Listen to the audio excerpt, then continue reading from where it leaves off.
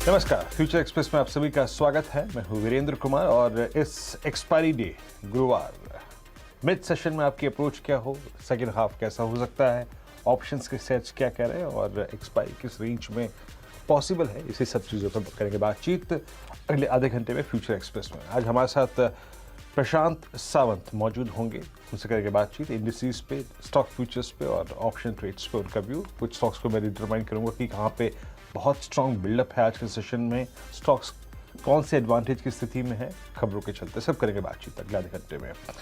Indices लेके आइए 17588, आज सुबह की क्लियर कट अप्रोच थी, शॉर्ट नहीं करना है और वो जो 416 है, 450 है और 17500 की ट्रैजेक्टरी है, 20 डे की ट्रैजेक्टरी और ऑप्शन राइटर्स के लिहाज से 17500 का सबसे बड़ा क्लस्टर जो था वो जो पुट राइटर्स का था, उस जोन में आपको शॉर्ट नहीं करना है। और ऊपर की तरफ अगर ये जोन टिक रहा है 510 520 निकले तो बाय कीजिएगा, स्विंग टुवर्ड्स 690 लुक्स पॉसिबल। और देखिए आज के सुबह की जो प्लेट्स थी, जो ऑप्शंस के और पिवट पॉइंट्स का जिक्र मैंने किया था, 690 733 ये बेस्ट केस में आपको मिल सकता है और 692 आज का इंट्राडे हाई है। तो निफ्टी पे ट्रेड बखूबी मिल गया और उसको स्पॉन्सर और स्ट्रेंथ जनरेट करी निफ्टी बैंक ने।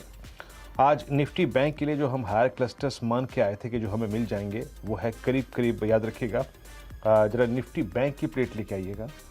बात यही हुई थी कि 38,500 एक बेस है और अगर ये निकला तो हमको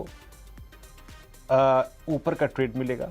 38,810 के ऊपर बाय कीजिएगा, 39,020, 39,240, 39,510 और 39,710 मिल सकता है। और आज का निफ्टी बैंक का इंट्राडे हाई है 39,665। ये रेजिस्टेंस के लेवल, ये पिवट पॉइंट्स का जिक्र मैंने दो मद्देनजर किया था। देखिए जैसे नीचे का लेवल था वैसे ही ठीक ऊपर का लेवल था। एक्सपायरी डे था, सब्सटेंशियल गैप डाउन था, बेस जोन काम करते उन्होंने काम कर दिया और रेजिस्टेंस जोन भी काम करते हैं, उन्होंने अपना काम कर दिया। और ये रेजिस्टेंस जोन कैसे निकाले गए थे?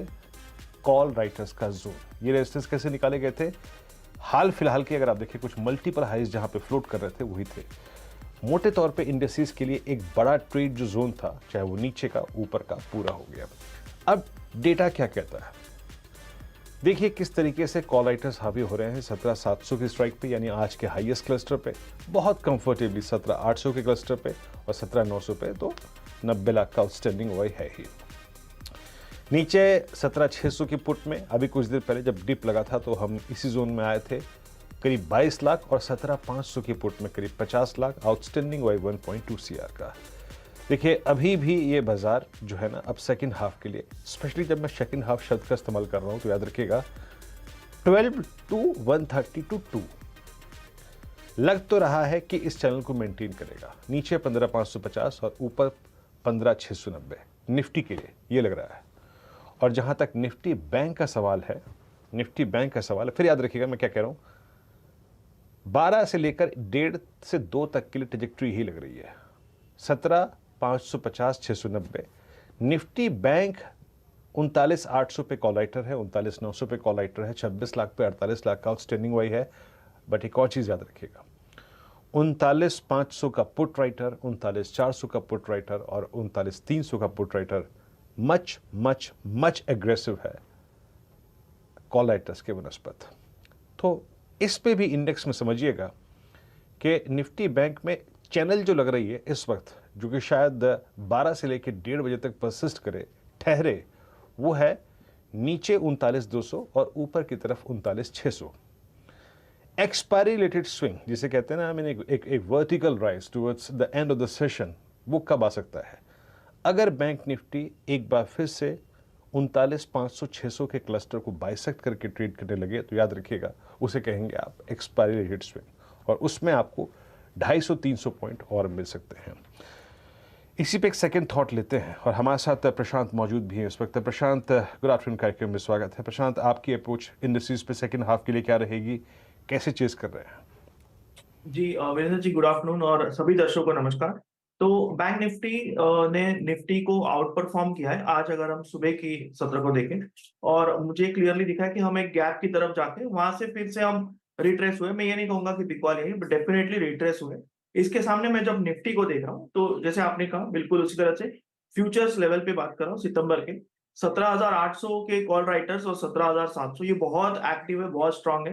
तो यहाँ पे एक बहुत बड़ा रेजिस्टेंस बन के आया है और उसी के साथ निचले लेवल्स पे 17,500 पे एक बहुत अच्छा सपोर्ट भी दिख रहा है। तो मुझे ये लग रहा है कि फिलहाल Nifty wait and watch zone पे है और इसमें स्ट्रॉन्ग ट्रेड कब होगी? तो हम जो मंगलवार को क्लोजिंग आई थी, वो spot basis highest ever closing थी। एक बार हम उस हाई के ऊपर निकल जाएँ, तब कन्विक्शन दिखेगा, तब ये दिखेगा कि प्राइस और बायर्स हाइली कॉन्फिडेंट है, तब मुझे लग रहा है कि हमें लॉन्ग जाना चाहिए। फिलहाल निफ्टी पे वेट एंड वॉच करना चाहिए। जहाँ तक बैंक निफ्टी की बात है, तो मुझे क्लियरली दिख रहा है कि 39,200 एक बहुत अच्छा सपोर्ट फिलहाल बना हुआ है और शॉर्ट टर्म अगर मैं सिर्फ इंट्राडे बेसिस पे देखूँ, तो 39,400, 380 ये जो ज़ोन है सितंबर फ्यूचर्स में, ये बहुत स्ट्रॉन्ग है। फिलहाल दोनों ही इंडाइसेस मेरे हिसाब से नो ट्रेड ज़ोन में है और इनको मैं सिर्फ वॉच करूँगा, बट दोपहर को मैं एक चीज़ देख सकता हूँ कि अगर हम किसी भी तरह बैंक निफ्टी में 39,800 यानी 39,800 पार कर जाए और इसके ऊपर 5-6 मिनट भी सस्टेन करे, तो एक बहुत बड़ी शॉर्ट कवरिंग आ सकती है, जो हमें करीबन 150-200 पॉइंट देके 40,000 के नजदीक ले जा सकती है। तो उस ट्रेड पे मेरा ध्यान होगा अगर ट्रिगर होती है तो, वरना दोनों ही इंडाइसेस आज के एक्सपायरी के हिसाब से मैं नो ट्रेड जोन में देख रहा हूँ। अभी अगर आप देखिए बिल्कुल इनफैक्ट देखिए एक्सपायरी का दिन होता है वोलेटिलिटी उसको प्ले भी करना होता है, बट वोलेटिलिटी अव्वल दर्जे की जो है वो 9:15 से लेकर 12:05 तक ऑलरेडी हावी हो चुकी है। अब आखिरी के 1 घंटे में याद रखिएगा 39,600 का जोन बाइसेक्ट हो तो, और निफ्टी बैंक में अगर आप देखें जो 17,680 710 का जोन पार हो तो उसे कहते हैं ना एक्सपायरी स्विंग मिलेगा। आपको याद होगा शुक्रवार को नहीं मंगलवार को क्या हुआ था, ऐसे ही हुआ था कुछ। अब एक काम करते हैं, देखिए मोटे मोटे तौर पे अब फोकस कीजिएगा आप 1:30 से लेकर 2 बजे के बीच में, ठीक है। यहाँ आप स्टॉक्स को छोड़ते हैं। देखिए आज सुबह से बड़े अच्छे अच्छे ट्रेड्स इसकी एनबीसी आवाज़ पे गए। हमने आज सुबह की पहली थीम पकड़ी थी बैंक, उन्होंने अच्छा किया। हमने दूसरी थीम पकड़ी थी क्रूड, एशियन पेंट्स, क्या गजब का अगर आप देखें ट्रेड लिया। उसके बाद हमने पकड़ा था केमिकल्स, सब के सब केमिकल स्टॉक्स ने अच्छा मूव दिया। अब क्या पकड़ना है, मिड सेशन में डेटा क्या कहता है उस पर बातचीत करते हैं। आपकी राय क्या है, क्या चेस करना चाहिए? आपके 3 स्टॉक फ्यूचर्स प्रशांत जिनके ऊपर आप काफ़ी बुलिश हैं और इस वक्त लॉन्ग जाना चाहेंगे। जी वीरेंद्र जी, मेरा फर्स्ट पिक होगा गुजरात गैस। मुझे लग रहा है कि ये एक बहुत अच्छे ब्रेकआउट के कगार पे और इसलिए मैं इसको एक रिस्क रिवॉर्ड के जरिए पार्टिसिपेट करना चाहूंगा। तो इसको मैं स्टॉप लॉस रखूंगा बिलो 465 465 के नीचे। टारगेट मुझे लग रहा है कि ये नेक्स्ट 525 530 के जोन को छूने के लिए तैयार है। तो ये मेरा फर्स्ट पिक होगा गुजरात गैस। नेक्स्ट पिक मेरा होगा एसबीआई कार्ड। इसमें एक अच्छी खासी बिकवाली आके ये सपोर्ट जोन से 910 के आसपास से बहुत अच्छे से बाउंस हो चुका है और मुझे लग रहा है कि इसको हम 1025 इस टारगेट के लिए ले सकते हैं। अभी अगर मैं इस स्टॉक को देखूं तो ये करीबन 940 के आसपास काम कर रहा है। मैं इसमें 920 का स्टॉप लॉस रखूंगा और मैं इसमें पोजिशनल टारगेट देख रहा हूँ करीबन 1020 से लेके 1025। तो ये मेरा थर्ड पिक होगा और जो आखिरी पिक मेरी होगी वो होगा रियलिटी सेक्टर से डीएलएफ। काफी दिनों से 385 390 इस जोन को सस्टेन नहीं कर पा रहा था, आज इस जोन के ऊपर ही ट्रेड कर रहा है। प्राइस एक्सेप्टेंस दिख रहा है, तो डेफिनेटली मैं 375 से इसको बाय करना चाहूंगा और टारगेट में इसमें देख रहा हूँ करीबन 425 लेवल्स तक ही जा सकता है। तो ये 3 मेरी आज के लिए पिक्स होंगे। ओके, एक गुजरात गैस हो गया, डीएलएफ हो गया, आपका बाय कॉल। डेटा साहब एक काम कीजिएगा, तीनों ट्रेड्स लिखे आइएगा और तीनों ट्रेड्स स्क्रीन पे रखिएगा। डीएलएफ गुजरात गैस 525 की टारगेट के लिए 530 के अगर आप देखिए टारगेट के लिए 465 का स्टॉप लॉस भी यहाँ पे रहेगा। और एसबीआई कार्ड्स 1025 के लक्ष्य के लिए करीब करीब 920 का स्टॉप लॉस लगा के आप प्ले कर सकते हैं। ये आपके 3 ट्रेड्स हो गए। अब थोड़ी सी स्कैनिंग हम करते हैं क्या हो रहा है मार्केट में। देखिए समय की अभी हमारे पास अभी समय है। डायरेक्टर साहब एक काम करिए, पहले लेके आइए अब मार्केट ब्रेथ क्या कह रही है। देखिए हर समय एक ही स्टॉक को चेस करने में फ़ायदा नहीं है, थोड़ा सा मार्केट की थीम को समझने की कोशिश करते हैं। मिड सेशन में कौन कौन से स्टॉक्स डिलीवर कर रहे हैं। प्रशांत ने आपको 3 स्टॉक्स रखे स्क्रीन पे। बैंक निफ्टी एक बार फिर से स्विंग देकर डे हाई पर आता हुआ और निफ्टी हो गया 17,610 पे। मार्केट ब्रेथ लेके आइएगा और ये रहा देखिए शॉर्ट बिल्डअप 102 59 लॉन्ग, बहुत सिलेक्टिव लॉन्ग्स हैं और शॉर्ट कवरिंग 15 में है और लॉन्ग अनवाइंडिंग करीब करीब समझ लीजिएगा कि आप हो रही है 20 स्टॉक्स में। जीआर इंफ्रा, एसआरएफ आज का सबसे स्ट्रॉन्ग स्टॉक रहा। आज सुबह हॉट स्टॉक्स में हमने अशोक लेन का जिक्र किया था, वो और बजाज फिनसर्व। बजाज फिनसर्व के पास वजह भी है अच्छा चलने की, अच्छा करता हुआ। कुरो कवर हो रहा है कमेंस में, गुजरात गैस में, बीएल में, स्कॉच कुबोटा में, रामको सीमेंट्स में। और साथ ही साथ जरा अगली स्लाइड में आइए, अगर शॉर्ट बिल्डअप है तो वो कहाँ पे हो रहा है ये भी देख लेते हैं। और शॉर्ट बिल्डअप वाले स्टॉक्स 102 में शॉर्ट है, याद रखिएगा। RBL, India bulls housing, Polycab, Aditya Birla capital, BHEL यहाँ पे शॉर्ट बिल्डअप है। जी एंटरटेनमेंट, परसिस्टम और ONGC, Manappuram finance, pyramid enterprises में वगैरह देखें शॉर्ट बिल्डअप नजर आ रहा है। माफ कीजिएगा, ये लॉन्ग अनवाइंडिंग की शीट थी। अब प्रशांत, मैं एक दो स्टॉक्स रखता हूँ, उस पर आपका व्यू चाहूँगा। व्यू अल्टीमेटली आपका ही मैटर करता है, आप ही कॉल देंगे।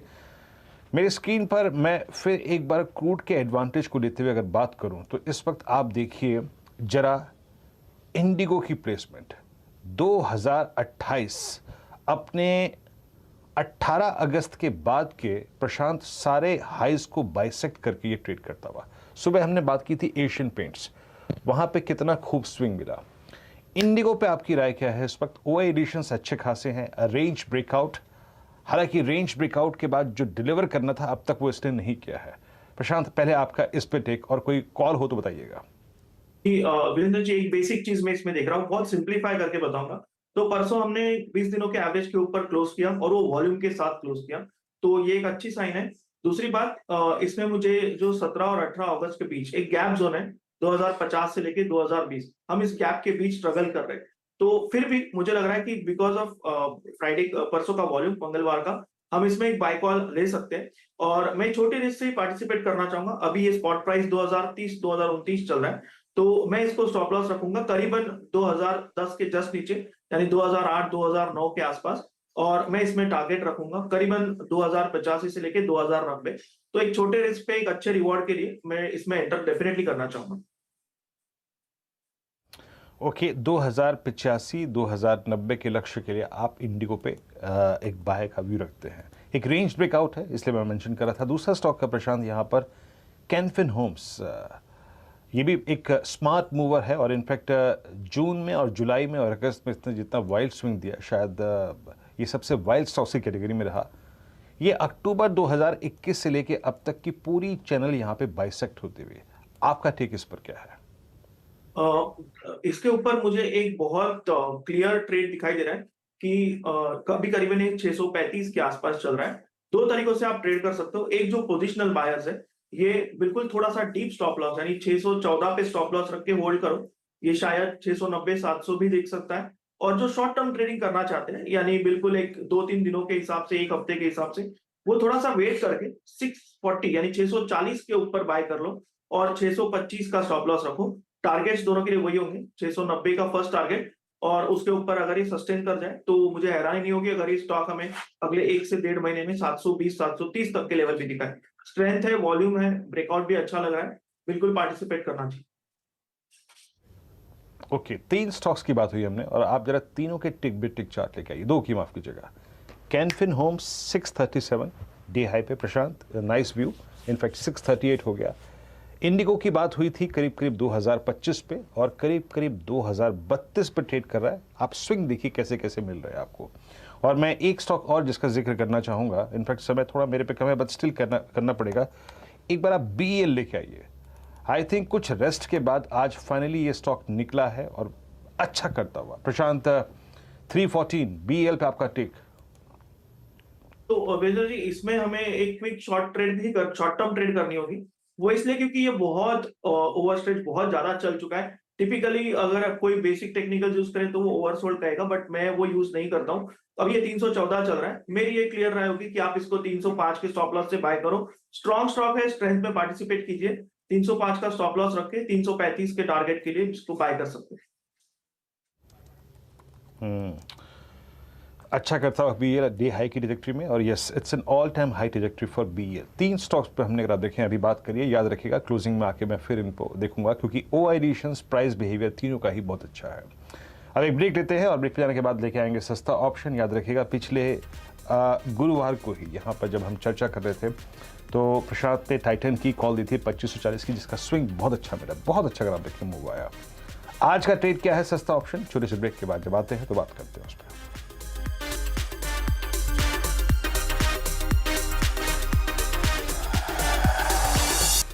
ब्रेक के बाद फ्यूचर एक्सप्रेस में आप सभी का फिर से स्वागत है और अब एक काम करते हैं, आज का सस्ता ऑप्शन पिक करते हैं। बताइए प्रशांत, आपका सस्ता ऑप्शन आज का क्या होगा?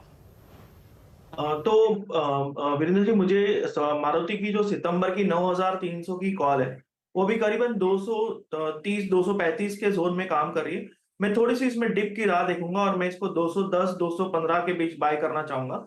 स्टॉप लॉस में रखूंगा 140 के नीचे, 140 के नीचे, और टारगेट मैं इसमें देख रहा हूँ करीबन मुझे लग रहा है इस महीने में ये 375 से 400 के जोन तक जा सकती है। मारुति काफी दिनों के बाद 9100 के ऊपर स्पॉट सस्टेन कर रहा है, तो मैं डेफिनेटली इसमें बिलीव करके इस ब्रेकआउट को पार्टिसिपेट करना चाहूंगा इस ऑप्शन के जरिए। और जैसा मैंने कहा, थोड़ी सी डिप मिल जाए मैं इसमें बाय करूंगा। 140 के नीचे stop loss and 375 target. Okay, आपका अगर आप देखिए मारुति सुजुकी का 9300 का कॉल, एक बार जरा मारुति सुजुकी लेके आइए क्या कर रहा है स्क्रीन पर। मारुति आपकी स्क्रीन पे ट्रेड करता हुआ 9158 पे। यस, याद रखिएगा मारुति ने अपने इस दौर की सबसे हाईएस्ट ट्रजेक्ट्री बोलूँ तो मैं, इनफैक्ट ओआई गेनर्स में अगर आप देखें आज मारुति जो है वो ऑटो स्पेस में एक सब्सटेंशियल मीनिंग रखता है, याद रखिएगा। अच्छा वेरिएशन हुआ है और आपको यहाँ पे 9300 की कॉल, और इसने याद रखिएगा आज बाइसेक्ट कर दिया है अपने 3 अगस्त के हाई को। बहुत शानदार ट्रेड, बहुत शानदार ट्रेड। इस बीच एक महत्वपूर्ण खबर आती हुई, और एचएएल के संदर्भ में आप देखें खबर है, और तेजस मार्क 2 एयरक्राफ्ट फाइटर्स जो लड़ाकू जहाज है उसको बनाने के लिए cabinet committee on security CCS की से मिली मंजूरी। पूरी खबर में विस्तार से चर्चा करते हैं। लक्ष्मण जी हमारे साथ मौजूद है, इस वक्त सीएनबीसी आवाज के इकोनॉमिक पॉलिसी एडिटर। लक्ष्मण जी, पूरी खबर को विस्तार से समझाइए। कि दरअसल सरकार ने डिफेंस सेक्टर में आत्मनिर्भर होने के लिए एक बड़ा फैसला लिया है। फैसला ये लिया है कि जो भी सरकार के पुराने जो फाइटर एयरक्राफ्ट होते हैं, जैसे कि आप यहाँ पे बात करें जगुआर की बात करें, मिग 21 की बात करें, मिराज 2000 की बात करें, इन सब की जगह जो है अब सरकार चाहती है कि देश में बना हुआ फाइटर एयरक्राफ्ट का इस्तेमाल किया जाए। और इसी की वजह से आज सरकार ने कल कैबिनेट कमेटी ऑन सिक्योरिटी की बैठक हुई थी, जिसमें तेजस मार्क 2 फाइटर एयरक्राफ्ट को भारत में बनाने के प्रस्ताव को यहाँ पे मंजूरी दे दी है। ये जो तेजस मार्क 2 फाइटर एयरक्राफ्ट होगा पूरी तरह से भारत में बना हुआ रहेगा। और बता दूं कि इस एयरक्राफ्ट को बनाने के लिए पहले से ही इसका खाका तैयार कर लिया गया, इसके डिजाइन पे काम शुरू हो चुका है। और ये जो है सो दरअसल HAL हिंदुस्तान एरोनॉटिक्स लिमिटेड जो है, जो इंडियन एयरफोर्स का PSU कंपनी है, वो साथ मिलकर के बनाएगी। और जो अनुमान बताया जा रहा है वो है कि इसके उत्पादन पर करीब 10,000 करोड़ रुपए का खर्च होगा। और सरकार की कोशिश है कि अगले कुछ सालों में इसे एयरफोर्स में शामिल कर लिया जाए। और ये जो है सो एरोनॉटिकल डेवलपमेंट एजेंसी के साथ मिलकर के इस फाइटर एयरक्राफ्ट को बनाया जाएगा।